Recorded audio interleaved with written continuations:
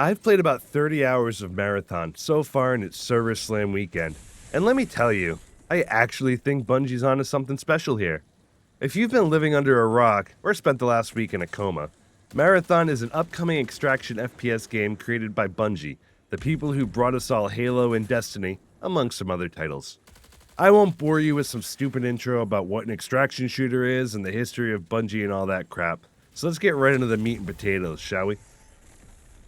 I'd like to start by talking about the gunplay and the combat, because let's face it, in a game like this, that's kind of your bread and butter. Now, I need to share a little backstory about myself so you can understand where I come from. For starters, I do have a degree and background in game development and simulation programming, so I like to pretend I know a little bit about what I'm talking about. I also grew up playing Halo Combat Evolved on the Xbox, developing that into a full-blown addiction to the entire series, which remains today. I'm absolutely fiending for Halo Campaign Evolved, but that's all I'm going to say about that. I also was an absolute crackhead when it came to Destiny 1 and 2, where I would float between first and second in my state on the rankings, and also had an ult account at number 18 according to Destiny Tracker. Needless to say, the combat is what had me hooked. Destiny 2, same thing. Me and Bungie go together like peanut butter and jelly. Marathon, from my limited experience, hasn't been any different. The guns feel good, like really, really good. And the time to kill isn't ridiculously short as it is in Tarkov, but it's not as annoyingly long as it is in Arc Raiders. I think it's a great middle ground, where even with a basic gun, if you have good aiming and you can get the jump on a player by moving slow, you have a fantastic chance at winning the encounter. The whole idea of being able to jump into a raid and zero to hero it is one of the greatest feelings in an extraction shooter when you come out on top. I think the guns are also uniquely different, and they don't try to confuse you with a million different ammo types like they do in Tarkov. I think the customization on the guns is pretty good as well. I mean, nothing does beat Tarkov when it comes to the level of gun customization that they have, but all the attachments in Marathon seem to have a good point to them, and the mixing and matching allow for some pretty unique guns, even if they do look identical. I think some aspects of combat can be improved or tweaked for a better experience, but I don't think it's anything that's unfixable here. I think the movement gets some flack for being slow, but I don't think it is. Maybe it's because I played a lot of Tarkov, where slow movement keeps you alive in 8 out of 10 encounters.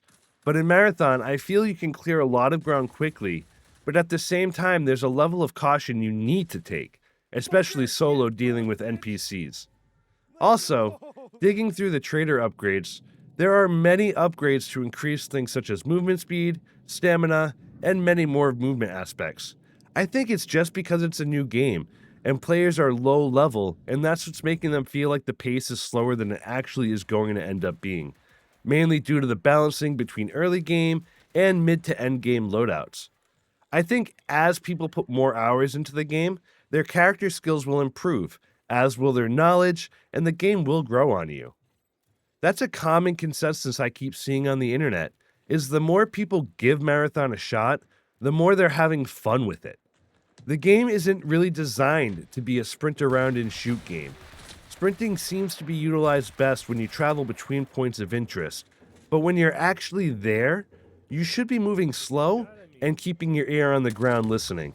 The sound cues in this game have their frustrating moments, like try being near a rock wall near the edge of the map and you'll go insane thinking there's a player constantly moving around you. That being said, the sound is also really, really good. The NPCs have an unmistakable sound to them, even when they just move around. And with a little practice, you can easily know the difference between an NPC and a player. If you hear a player, drop into a crouch and odds are you can follow the audio cues and get the jump on them. I was doing it constantly on stream. The minute you hear the light footsteps, you drop into that crouch and you'll pretty much always get the jump on a player because they're just running around without even thinking about the audio. Let's talk loot, one of the most important aspects to an extraction shooter. If there's no good loot, what the hell is the point of the game? Now, this is an area where I feel like the game has been getting a bit of criticism, and while some of it is warranted, I don't think all of it is. People tend to complain that I don't know what to do with an item. But in the item description, it says exactly what each item is used for or goes to. It could be for a certain trader's upgrade route. It could be for barters. It could just be to sell. But if you look in the description, it does explicitly tell you. You can also see the raw credit value of every item in the top right corner of the item description, which helps you to know what is more valuable for you to take over other things. Outside of that, there are obvious levels of rarity. Green is better than gray, blue is better than green, then purple, and so on and so on. If you fill up your inventory with blue and purple items, you're going to make a pretty penny on the extraction. I don't think the loot in this game is as deep and detailed as Tarkov, for example, but I feel like everything does or will have a purpose to it. You can spend some time and look at the upgrades you can get in the future, and you can actually track those items that you need to complete them. That means in your run, this will give important items a symbol when you're looting, pointing out exactly that it's an item that you definitely want to take with you because you yourself have indicated that.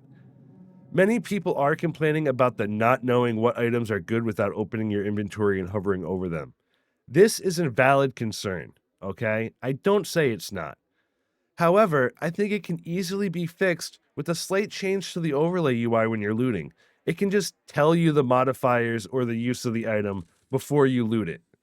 That way, you can kind of know ahead of time and say, oh, okay, I'll just leave that there. Maybe they could have a skill that tracks items that highlight or glow in the world for you, so when you mark an item, you can spot them more easily in the world if they're not in a container. I also think in the end raid screen, the game is really effective at properly organizing your loot for you as well, saving you time. If something should be sold, it auto-sells. If something should be transmuted, it'll do that as well. I think it just really comes down to experience and a lack of it for many, many players, including myself. But after a few dozen hours, I've started to get a pretty good understanding of how the loot works and what type of loot you really want to keep an eye out for. Now, when it comes to the game visuals, I feel like this is an area that people either love or despise. There's a certain or special aesthetic, I could call it, to this game, with the sci-fi atmosphere, the vibrant colors that remind me of the Caribbean, and just the look and style of the guns, especially like the scopes and stuff like that. To me, none of these are particularly a huge turnoff. I actually like the bright and vibrant colors, and I feel that building design leads credence to not having to look at your map. Take perimeter, for example. Every building is clearly labeled in the game. Using your compass combined with, looking up, you'll know exactly where North and South Relay are located. Drain Station is to the east of North Relay, Data Wall in the middle, Hauler to the west of North Relay, and Overflow in the bottom left of the map. Now you know where just about everything is in perimeter without ever needing to open up your map, just looking at your compass in the top. Now, something I wish was a little more improved would be if the game told you where the extractions were without having to open a map. Maybe I missed it, but I always found myself checking the map to find if an extraction is still available, as you can't always pay attention to the blue line in the sky during active exfils. I think the extraction method could be reworked as well, and I don't think anyone has done a system that has worked as effectively as Tarkov's, but it's a pretty common experience in Marathon for you to be on the opposite corner of the map from where both of the exfils are, because you can't possibly know where they'll be until 20 minutes are left remaining. Now, more exfils do appear, including a final one as time runs down, but there's honestly no way of knowing where they'll be or where you need to go until they're there, and there could be a player 2 feet from it who immediately activates it, screwing you over because you'll never get there in time. Fortunately, though, I've yet to run into a situation where I got literally stranded in a raid, but it can still be frustrating being unable to fully plan your route until 20 minutes are left. However, there have been some pretty close calls that I've barely escaped with my life for. Now, my biggest gripe with the game would have to be with the NPCs, however. I think the NPCs, the UESC, can be a bit overwhelming, and their level of aggression is really, really high. Many times I find myself absolutely swarmed with them all around me, and there's no possible way for me to survive. The game is pretty unforgiving in that sense, especially when you add in the amount of third-partiers that people will do, where they'll just wait for you to be stuck in a combat zone with UESC, and they'll just shoot you a couple times in the back and take you out. But I'm also wondering if this is just an early game problem. We need to remember, we don't have high-level shields. We do not have the best guns and best attachments. Far from it, as we're actually low level in the grand scheme of things. My thinking is as you get into the mid and late games, the weapons and shields and abilities that you have will turn the NPCs from a challenge into probably mostly a joke outside of the big ones. I even felt it at times when I was playing on stream. When I had a really good loadout with a solid gun, attachments, and armor, I could steamroll through like 20 UESC and only need some slight healing. At the early game though, one or two shots from them will absolutely wreck your gray shield and do some damage to your health. But I feel like once you get those reinforced armors, the ones that reduce incoming damage by half, as well as getting the higher rarities of green, blue, and purple and stuff like that, the NPCs will become a lot more manageable to deal with. So, where does that leave us here? After nearly 30 hours in the server slam, I'm walking away more optimistic than skeptical, and that honestly surprised me a little, as I didn't think I'd like this game going into it.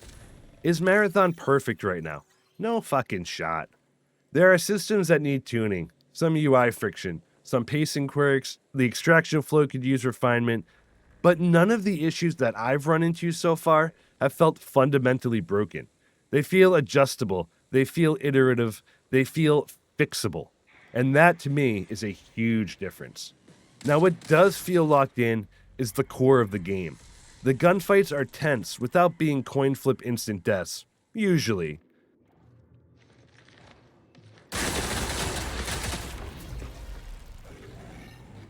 Now look what we've done.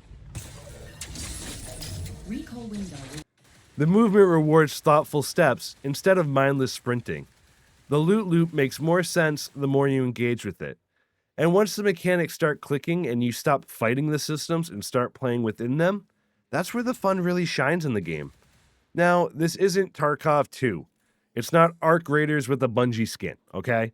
It feels like Bungie took their combat DNA, that Halo, Destiny, snap, and responsiveness, and layered it into an extraction framework that's more readable, more accessible, but can still be punishing if you're careless, which is what we love about the genre. And I think that's where a lot of the early criticism comes from. Extraction shooters are uncomfortable at first. They're kind of supposed to be. You lose gear, you get third-partied, you misread audio, you take a bad fight.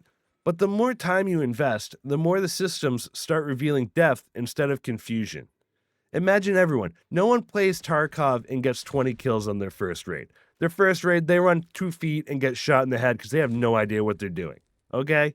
It's what happens with every game.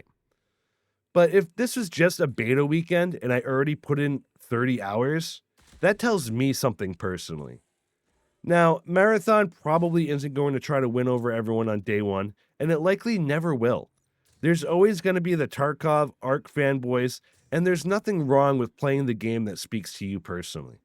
But for players who enjoy a first-person shooting game of calculated engagements, smart positioning, audio cues, and that dopamine hit of extracting stat to the tip with loot after outplaying someone, there is really something special here. Bungie's got some work to do, but if they keep iterating and listening, I genuinely think this could carve out its own lane in the extraction space instead of just fighting for someone else's piece of the pie. And if the full release builds on what we saw this weekend, yeah, I'll be there. What about you?